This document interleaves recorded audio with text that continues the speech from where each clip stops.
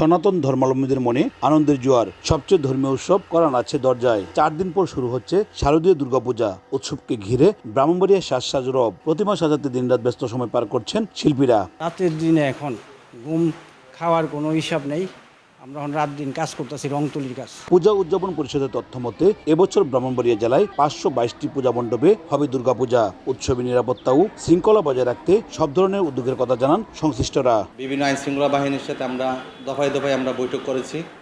আমরা আশা করছি এবছর প্রশাসনের সহযোগিতায় এবং আমাদের ব্রাহ্মণবাড়িয়া জেলা পূজা উদযাপন পরিষদের সহযোগিতায় আমরা এবার শান্তিপূর্ণভাবে পূজাটি উদযাপন করতে পারবো। আমরা স্বরাষ্ট্র মন্ত্রণালয় থেকে প্রয়োজনীয় নির্দেশনা পেয়েছি। আমাদেরকে সুনির্দিষ্ট কিছু নির্দেশনা দেওয়া হয়েছে যেন এখানে কেউ কোনো ধরনের গণ্ডগোল করতে না পারে।